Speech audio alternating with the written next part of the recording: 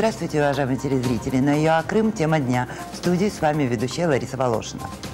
Для того, чтобы предотвратить события в Крыму в феврале-марте 2014 года, у украинских властей было не более 2 дней. Об этом в суде по делу о государственной измене бывшего президента Виктора Януковича заявил лидер Меджлиса крымско-татарского народа Рифат Чубаров. Также сегодня, 24 февраля, суд допросил бывшего председателя Совета министров Автономной Республики Крым Анатолия Могилева. Анатолий Могилев рассказал, что ему не докладывали о незаконных перемещениях российских войск по территории Крыма, хотя свидетели военные утверждают, что такая информация у руководства Крыма была.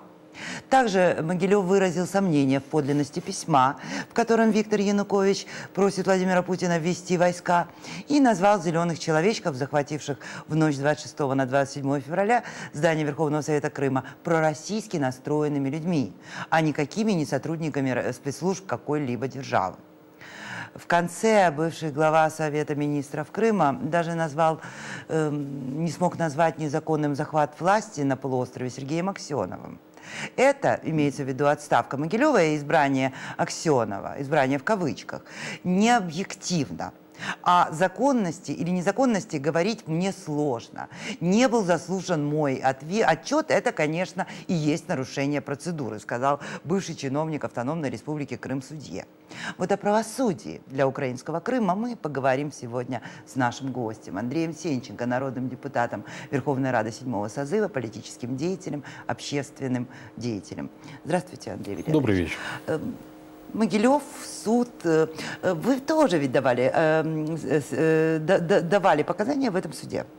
И я так понимаю, что вы, в отличие от господина Могилева, говорили о том, что, в принципе, Крым был захвачен российской армией. То есть вы там видели зеленых человек. Я просто говорил правду. Я хочу понять, знаете, мне любопытна вот вся эта история. Вот когда ведь господин Могилев на тот момент был главой Совета министров Крыма. Это должность, у которой есть полномочия.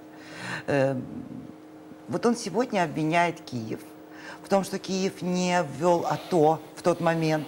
Он обвиняет Майдан в том, что Майдан скакал, там, он обвиняет что угодно. Я хочу понять, вот с этой должности, которую он занимал, у него были какие-то возможности повлиять на ситуацию?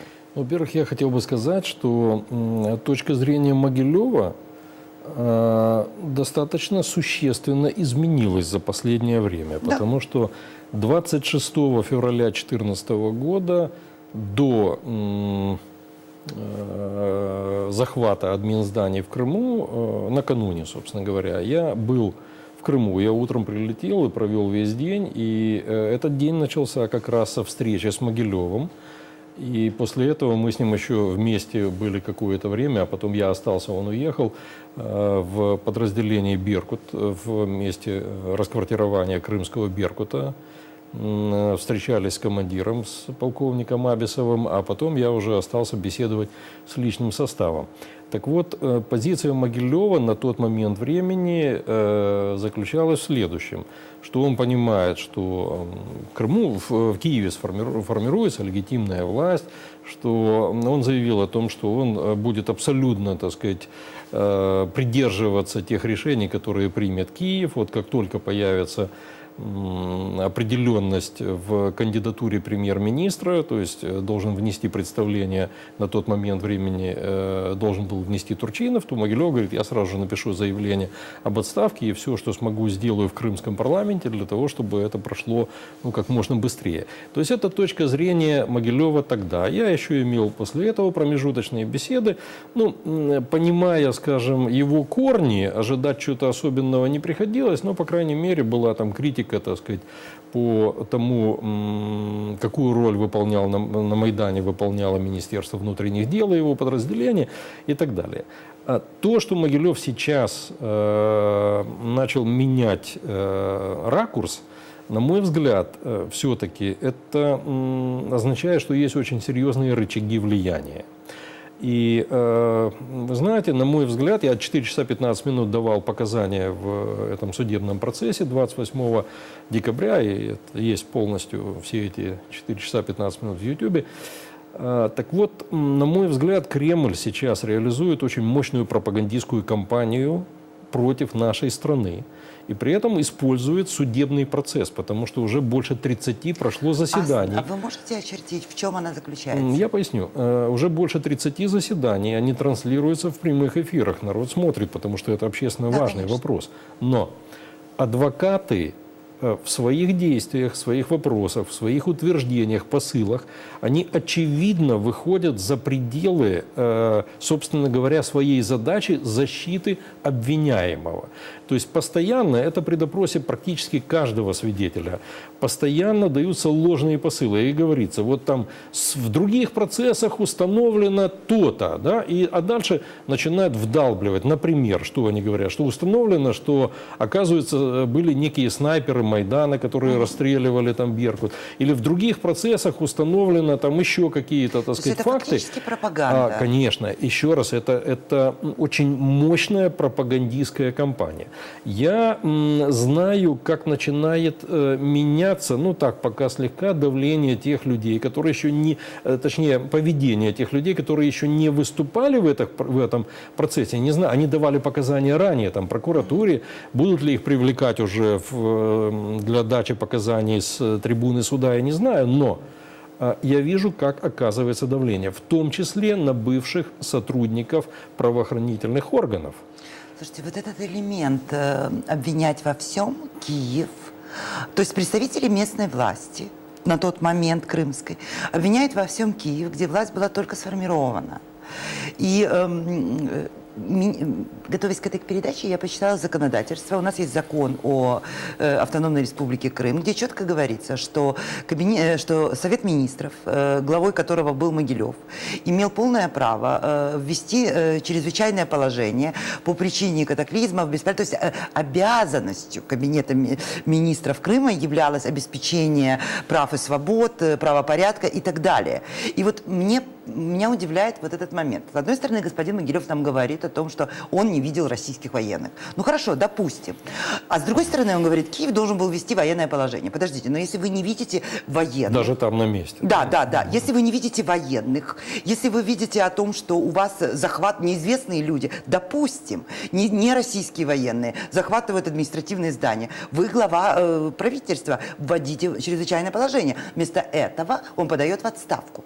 Вот этот мем, понимаете, обвинить во всем Киев. Ведь что происходит? На сегодняшний момент, в принципе, из-под обвинения выводятся такие люди, как Янукович, такие люди, как Могилев, там масса народу, которые принимали в этом непосредственное участие, либо просто наблюдали со стороны. Что это такое? Знаете, немножко разного, конечно, калибра. Я бы не ставил на одну полку Могилева и Януковича, но. Ну вот, например, то, что сейчас он говорит о том, что вообще неизвестно, были ли это российские военные. Но это же вопрос уже, который задокументирован, по сути дела, признательными показаниями Путина в фильме там, «Крым. Возвращение домой», как они это называют. Так вот, уже даже после этого говорить о том, что он до сих пор не уверен в том, что это были российские грушники, просто глупо, да? То есть это факт на самом деле подтвержденный лично Путиным. Понятно, кто принимал решение, какой круг, как это происходило. С точки зрения прямой ответственности Могилева за невведение чрезвычайного положения, ее нет. Потому что на самом деле чрезвычайное положение в этом случае – это возможность местной власти повлиять, но не обязанность. Да. Потому что немножко другие. Но возможность была. Но при этом я хочу напомнить, это тоже любой крымский чиновник знает, что пока в Крыму Могилев был премьер-министром, он регулярно собирал силовиков, и его полномочий для этого хватало. А в этой ситуации... Да, когда мы видели заблокированные дороги, заблокированные части, силовики, просто полиция, ГАИ патрулировала рядом с российскими БТРами. Это вот да, то, что еще мы один видели. момент. Вот вы сказали о том, что он считает, что нет нарушений при назначении Аксенова. Да. Но это уж совсем ни в какие ворота, потому что я напомню, что был распущен в соответствии с Конституцией Украины Крымский парламент. Уже не существовало этого органа. И поэтому мы даже невзирая на то, что это Аксенов это или не Аксенов, отчитался, уже не перед кем было отчитываться Могилеву, потому что был распущен украинский парламент в соответствии с процедурой, установленной украинским законодательством. И точка. То есть это уже было в любом случае, даже если бы не было оккупации, даже если бы не было всех этих грушников российских и пулеметов на газонах возле Верховной Рады и Совета министров, а просто бы вот в отсутствие российской оккупации эти действия совершались, то это было бы как минимум присвоение властных полномочий. Захват власти, по сути дела, общем, да. Аксенова. Поэтому это с любой точки зрения преступление. Ну и как это можно оценивать иначе? Я еще раз повторю. На мой взгляд, вот сейчас проявляются все те нити, которые в руках держит Москва. Они начали дергать за эти нити. И происходит не просто судебный процесс, не просто что-то некорректно говорят адвокаты. Сейчас происходит очень мощное информационное наступление на нашу страну и на ее граждан. Еще один из элементов в этом суде, который я заметила, когда вы давали показания, адвокаты Януковича стали обвинять вас во вранье. Они сказали, что вы лично не видели это письмо, которое видела все ООН, поэтому вы врете. Дальше они обвинили вас в наличии имущества на территории оккупированного Крыма. Слушайте, что это такое? Нет, давайте так, поймем следующее. Адвокат защищает своего клиента. Но он обвиняет вас. Послушайте, он может обвинять, он не должен выходить. Это скорее, знаете, попытка не обвинить, а вывести из себя. Да? Но меня точно вывести из себя этим невозможно, потому что с точки зрения моего имущества, вот я как раз чист просто как белый лист, потому что оккупанты у меня национализировали все. Вот просто все. И поэтому все эти попытки там укусить... Это даже я бы не стал ставить в вину адвокатам, потому что, еще раз, они защищают клиента. Ну такая профессия. Должны быть адвокаты и у насильников, и у убийц, и у педофилов. Да. Ну что ж делать, выбрали люди, вот так они деньги зарабатывают. Но проблема и даже не в том, что они оскорбляли там многих свидетелей, тоже пытаясь их вывести, а вот в том, что они пытались компостировать мозги. То есть они активным образом штампы российской пропаганды пытались подавать с трибуны суда как якобы установленные факты. А в процессе, там может поправить судья, там где-то, так сказать, может выступить прокурор, там попытаться, так сказать, против этой лжи, но это все равно не очень эффективный механизм в этом процессе. Вот, не рассчитано оно на такую, вот, знаете, кондовую агрессивную ложь. Что делать в этой ситуации? Суд открытый, суд публичный. Вы знаете, я думаю, что все-таки наша Фемида должна либо поставить этих адвокатов на место, и они должны четко следовать тому, что называется адвокатская этика, и сосредоточиться на защите своего клиента. Либо тогда их надо привлекать к ответственности за нарушение закона. Еще один из вопросов. Ваша организация занимается защитой. Вы, в принципе... Я бы это скорее назвал нападением. Ну, в общем, да. Так вы, в принципе, слушайте, вы умудрились заблокировать вот эти 3 миллиарда, которые Янукович прямо перед своим бегством просто взял в долг у Путина и сам же их и украл. Я просто хочу спросить вас о том, чем вы сейчас занимаетесь. Потому что одним из моментов, который меня интересует, это вы работаете над законодательством о прощении. Что это такое? Ну, давайте так. Во-первых, та организация, которую я возглавляю, называется «Сила права». Мы собрались как команда 3 года назад, 2,5 года существуем формально. Суд на оккупанта, и как раз то, чем мы занимаемся, мы считаем войной на юридическом фронте против государства-агрессора. То есть мы помогаем пострадавшим украинским гражданам, разным категориям, семьям погибших, раненым, покалеченным, и военным, и гражданским, вынужденным переселенцам.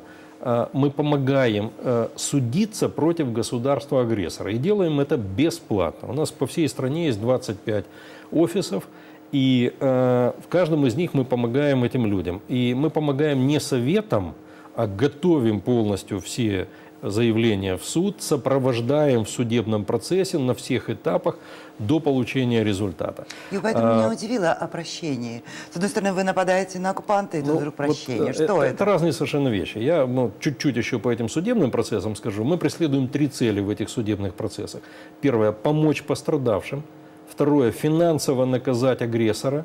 И третье – закрепить судебными решениями факты агрессии, оккупации. Ну, чтобы Могилев потом не рассказывал, что не было там российских грушников. Это все уже закреплено судебными решениями. Факты агрессии, оккупации, нарушений прав человека и военных преступлений. Это потом для Гааги, как доказанные факты для различного рода судебных процессов. И, кстати говоря, несколько таких решений я попросил суд приобщить к материалам дела и реестр всех положительных решений по искам украинских граждан против Российской Федерации как раз в судебном процессе против Януковича, о котором вы говорили. Вот это одно такое, скажем, изначальное направление нашей деятельности. Но мы создали в конце сентября прошлого года Центр деоккупации и реинтеграции временно оккупированных территорий.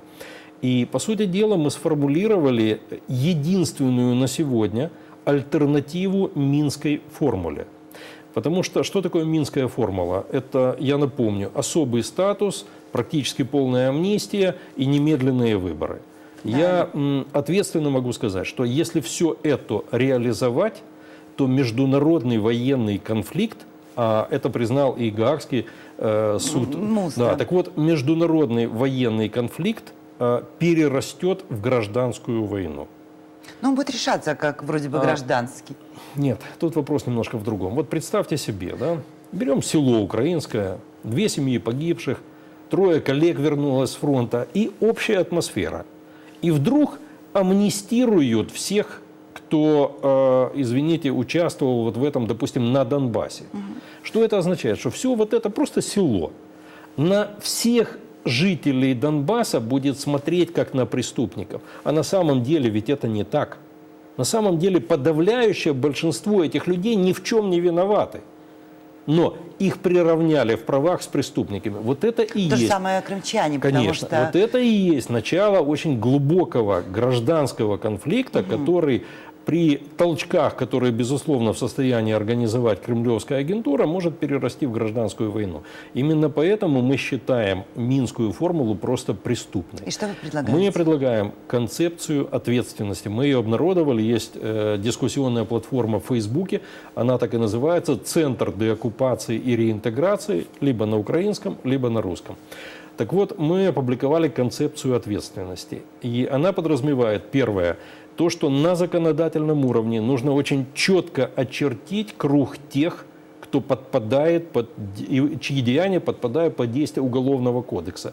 С тем, чтобы все остальные нормальные люди, еще раз повторю, их подавляющее большинство на Донбассе и в Крыму, понимали, что к ним нет никаких глупых претензий.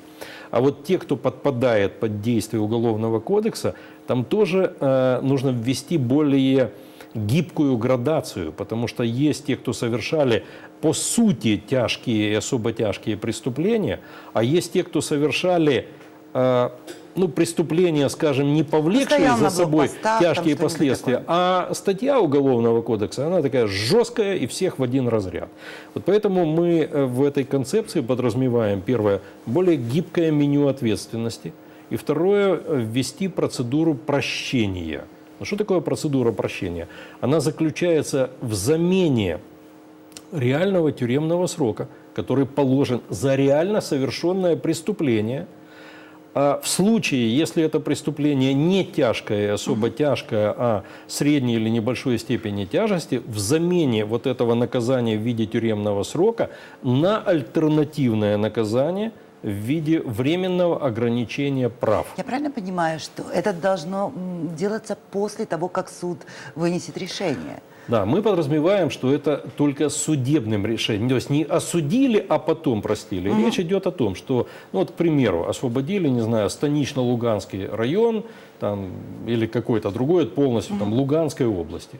Что в этом случае? В этом случае каждый житель имеет право обратиться в суд, если он совершал преступление и за собой этот грех чувствует. Обратиться в суд и написать заявление о совершенном преступлении и прошение о прощении. И суд должен по укороченной процедуре сопоставить вот эти факты, изложенные в заявлении, с критериями для прощения. Если человек что-то утаил, то его акт о прощении не спасет. Его прощают ровно от того, в чем он сознался. Ну и тогда ему придется отвечать. Конечно. Поэтому, еще раз, это добровольная процедура, это индивидуальная процедура, это решение суда. И хочу вам сказать, что вот идет общественное обсуждение, мы параллельно доводим до ума проект закона. Последнее совещание у нас было сегодня с экспертами, и следующее в понедельник я уже, так сказать, оцениваю где-то под 70-80% готовности. Где-то через пару недель, я думаю, что мы сможем уже предложить для обсуждения в Верховный суд, в прокуратуру Крыма, в Генеральную, военную, как нашу, скажем так, инициативу. Вот. Ну а уже после обсуждения, так сказать, вот с такими профессиональными экспертами, думаю, что к концу февраля мы его уже опубликуем как закон, не как концепцию, а как закон.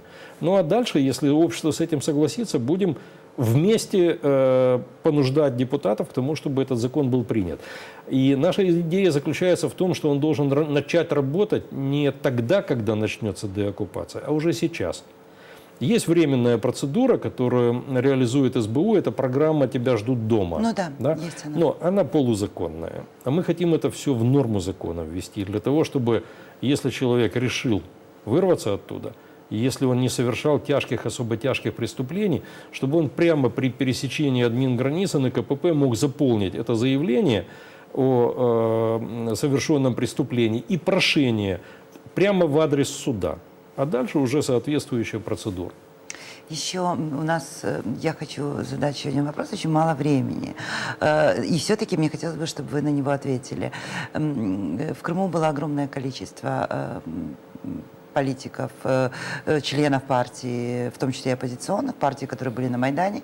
И мы видели, что в период оккупации не было массовых акций протеста членов этих партий. Что делать? То есть это вызывает очень массу вопросов. Лариса, на самом деле вопрос этот, он с таким оттенком не совсем верным. Вот вы знаете, когда очень часто пытались, особенно на старте, задавать вопросы, допустим, лидерам Меджлиса. А вот что там народ не вышел, да? Ну, народ вышел. Ну, народ вышел на митинг. Вы знаете, давайте не будем путать все-таки функции, так сказать, государства и людей, потому что... Но сами партии должны ли они каким-то образом все-таки хотя бы обозначить позицию относительно того, что их Нет, так партийные она ячейки... обозначилась, жизнь разложилась, так сказать. Есть и люди, которые вынуждены, но не могут же все выехать на свободную территорию страны. И у страны нет, скажем так, возможности, конечно. И у людей нет этой возможности. И поэтому кто-то остался и поддерживает Украину в душе, кто-то, так сказать, делает это более явно, кто-то менее явно. А есть и предатели. Спасибо. Спасибо большое. Благодарим нашего гостя Андрея Сенченко, народного депутата Верховной Рады 6-7 созыва. И на этом я с вами прощаюсь. В студии для вас работала Лариса Волошина. И в заключении мне хотелось бы сказать, что то, о чем мы сегодня говорили, об ответственности граждан, пребывающих в оккупации, это ведь крайне важный вопрос, потому что любое государство обязано определить коридор определенности, чтобы гражданин на оккупированной территории уже сегодня четко понимал, что он может делать, что не может, за что он будет наказан, а что не является преступлением перед украинским государством. Для того, чтобы всегда быть в курсе событий, подписывайтесь на нашу страничку в Facebook. Всего хорошего.